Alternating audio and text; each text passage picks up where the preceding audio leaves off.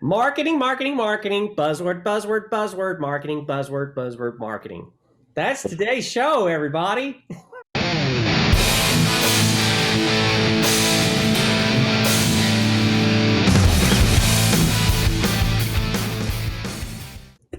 Welcome to the NerdBrand Podcast. I'm your host, Jason. Look who's back. It's Jonathan Payne, but we call him John, just for those of you that I've run into that are like, is it John or is it Jonathan? It's John.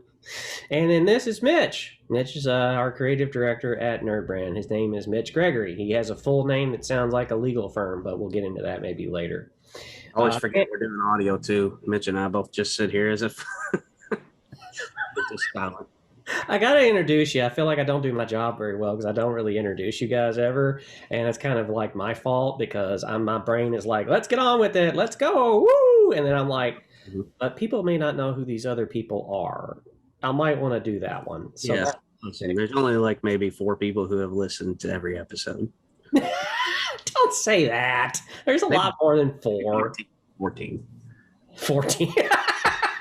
Every episode? No, 70 episodes. I don't know. Well, I don't know. This is 75. Mm-hmm. This is number 75. We've been doing this for over a year because COVID has kept us remote and indoors and all that. Otherwise, we'd be in a studio by now, which we are working on. That would improve video and audio. From those watching, you probably have noticed there's something different with Mitch because you can see more of him. Mitch got married over the weekend. No. That's what's different. New MacBook Pro. Yeah. He's enjoying the Ferrari of Apple, whatever. So yeah. We got John, his MacBook. Equipment's always a good thing to have when you want to do podcasting. You want to have a decent mic and decent laptop, camera, lighting, all the good stuff and things. That kind of helps. Hopefully we'll be moving into a studio pretty soon and actually doing it that way and then having camera switches, cuts. I don't know, whatever. We'll see how that goes. Same show, same goofballs, new look. Same show, same goofballs. Same old. Yeah, same old. Anyways, you're probably listening going like, what the crap are y'all talking about today? So today we're talking about different forms of marketing.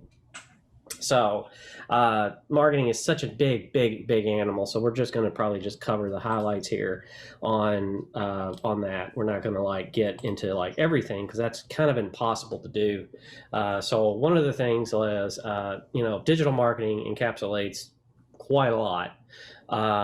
So there's social media, there's email, there's content, there's direct, there's influencer, pay-per-click, word of mouth. There's just all kinds of things that go into what marketing is and how many various channels there are. But I will yield to John for thoughts on that. On digital in particular? Yeah, let's just talk about digital in particular. We know that there's out of home.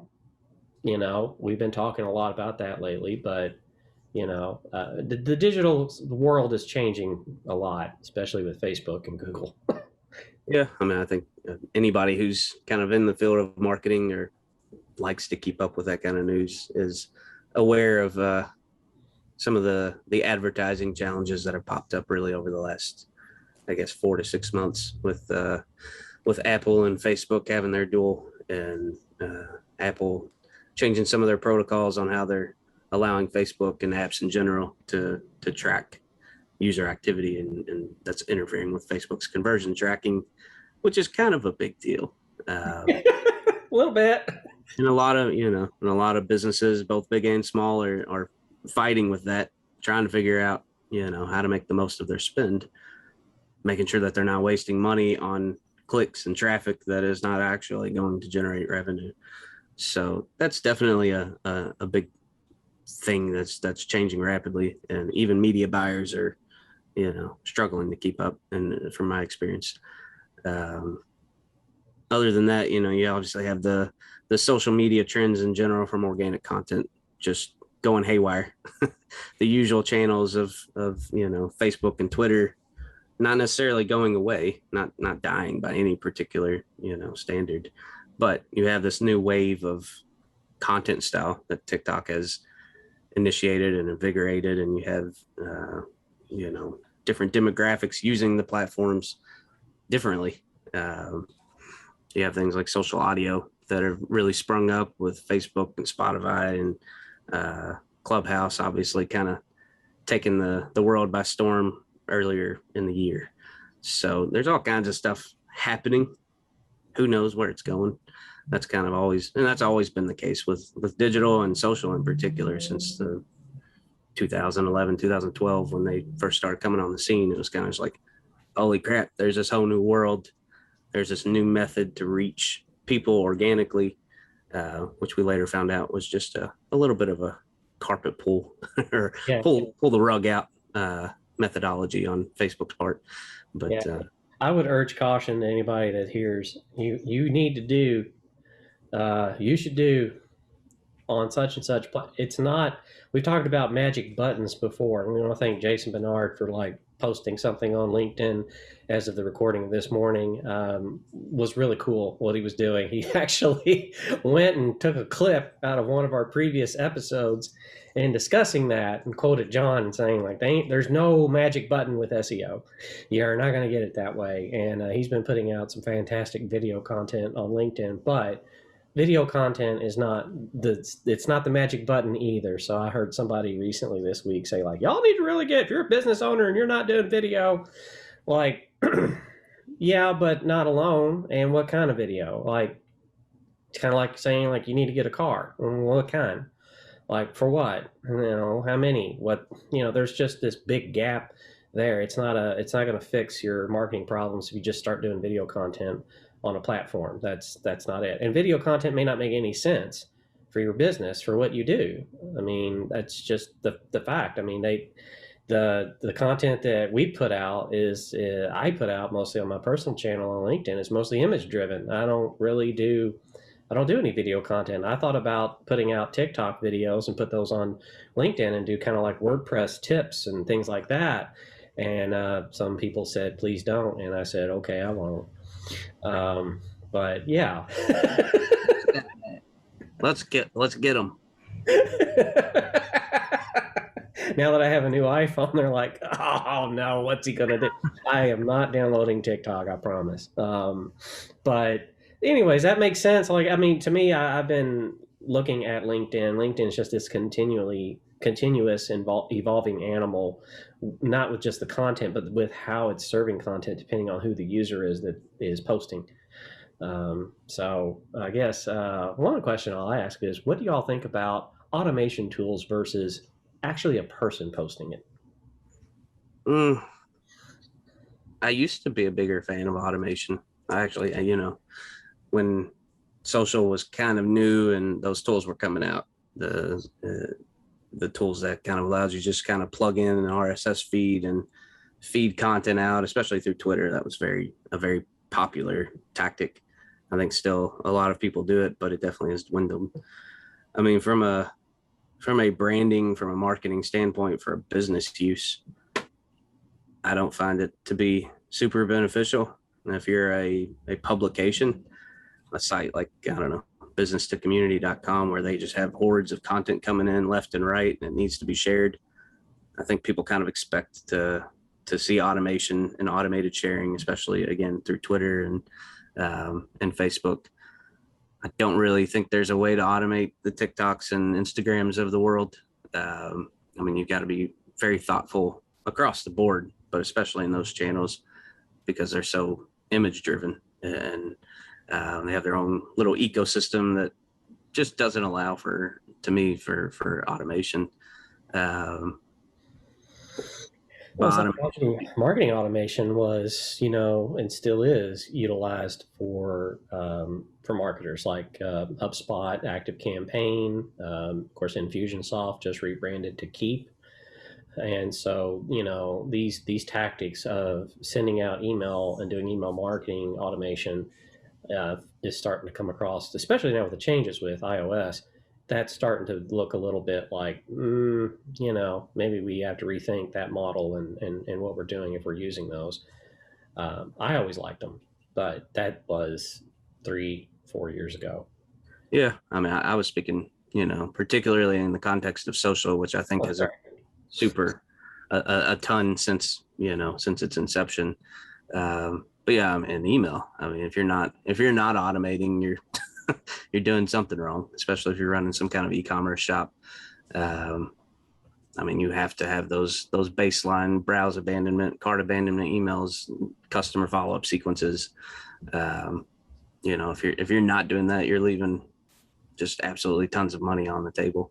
Yeah. But to your point, it's getting more difficult with the iOS 15 updates, where it basically prevents marketers from seeing who's opening or tracking who's opening their emails for iPhone users, which doesn't seem like a big deal for most people, especially if you're not an email marketer. But opening an email as a trigger within automations is like you already say, yeah, it's one of the most popular triggers, and one of the most useful for gauging who's interacting and engaged with your email list. It's the primary method of cleaning up an email list. If somebody hasn't opened an email in the last 7 to 10 emails, they're probably not going to open the next 20. So you just kind of purge them off your list, and I don't know that there's really a great solution that anybody's come up with at the moment. I know there's. I think the solution is having somebody like a Mitch. Like we say, release the Kraken. We always say release the Mitch, because you need good Thanks for that for the YouTube viewers there. Mitch approaching his camera. Good creative. Getting really just good, quality creative. I know it's subjective, but I think that when you start looking at your analytics or any kind of analytics, and you start looking at in testing creative, we talked to somebody today that's been testing creative since August and trying to prove like what works and what doesn't work, regardless of the context of that conversation that we all sit here and know. It doesn't matter. It's just a matter of the fact that, when you're sending an email, like if it looks like garbage, if it's hard to read, I know that right there is not going to get an open. I get some of those where I'm like, really? I still have to pinch and zoom to read this? Well, it also speaks to how you're collecting those emails. I mean, you've got to be much more particular. You should have already been particular before any of this and how you were collecting emails, because you don't need an email list of unengaged people. But now, since you're going to have a lot more difficulty easily discerning who is engaged, who's opening emails, who's a prospective customer based on that open rate of, open data. Now you got to be much more safe and particular about how you initially collect that person's information. And it's just, I mean, I think the takeaway is generally 5 to 6 years ago, maybe a little bit longer, digital was kind of easy. It was novel. All the platforms played well because they wanted the users, so they gave you a bunch of rewards and organic, reach. And now it's just become substantially more difficult to know what's going on, to appeal to people, because they have been inundated for years at this point with stuff left and right in the digital environment. They've sniffed out some of the newer technology of tracking their behavior and shopping behavior, and have formed opinions around privacy and things like that just didn't exist, not at the mainstream level. It didn't exist 5 or 6 years ago. Or maybe a little longer. I don't know. 5 years ago seems like so long ago, but it was just. Yeah. Well, regale us with the dawn of time. What was it like? Which one? Sun. My hand used to get so sore from carving ads out of stone tablets. You were the one at the top. The calluses were, boy. Anyway. Here, Moses. It is definitely, there's a rebalancing happening. I mean, we've been seeing it over the last year, not just in our opinion, but in the requests from the market that, from our clients. Mm-hmm. There's a little bit of reinvigorated interest in getting out of some of these especially paid social, because that's just the one that's so front and center and negative, in the news cycle. But I mean, even Google, is getting a ton of flack for having the monopoly that they have. I mean, even people like Rand Fishkin, who founded SEO Moz, are going after Google. He made his fame off of search results and helping people better manipulate search results, essentially. And there's people testifying on the floor of Congress like him that are saying Google does not have the right to control that level of the market, and they're using it to their to a competitive advantage over their competitors, over other publishers' websites. I mean, it's a definitely a sentiment that is growing within the general population and among clients. I get asked about, they ask like, do y'all do that? And I'm like, yeah, but in a way not like you're probably thinking. We don't. I love that. I still can't get over the idea of somebody ask you, do you do SEO? They do. I still get that's that. Like, I mean, that's like saying, do you breathe? Well, yeah. Well, it is. There's so many. I mean, what I mean by that is there's so many components that go into what makes SEO what it is, and how it functions, and how you maximize it, how you optimize it. It's not a single thing. It's a term that basically it's an umbrella that covers a lot of different mechanisms. Yeah, I would encourage listeners to go back to a previous episode we did again with Jason Bernard on talking about branded search and how that works, and he explains excellently how the search engine actually works. And it's very enlightening, and I've told people that a lot and I've even used his teaching an example of it. But it's basically looking at all this material out here on the internet. It's fragmented, is what he said, and it's looking at that. And when you do a search, it's trying to figure out of that fragmented information how to display you online as best it can about information of who you are and what you do. So that means that that's dependent upon the content that you're publishing, not the SEO, not the SEOer or whatever you want to call them. It's not their job. They can't do anything well if the content that you're publishing, that you've been putting out there, has absolutely nothing to do with what you do and who you are. They're going to look at it and go like, I don't have, like, if you write a blog post, if you're a plumbing company and you write a blog post about, man, ain't coffee cups awesome, your SEO person in-house or marketer is going to go like, why are we writing this? Why is this? And the SEO person will be like, what key term are you trying to rank for? What are we trying to get? Like, what interest are we, so, you're right away, you're off on the wrong foot, and you've made two people mad, your marketer and your SEO person. And the whole time, poor old brand management company like us sitting in the corner going, no, please listen. So, because web, I can say this being one, web, we're just like, whatever you want, we'll do it that day, man. We got a game to play or a hot dog to eat. We ain't worried about it. We did our job. There's your web page.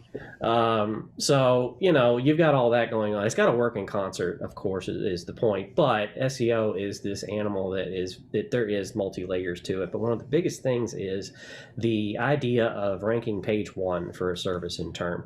How many plumbers, for example, are in a city that are all fighting for page one?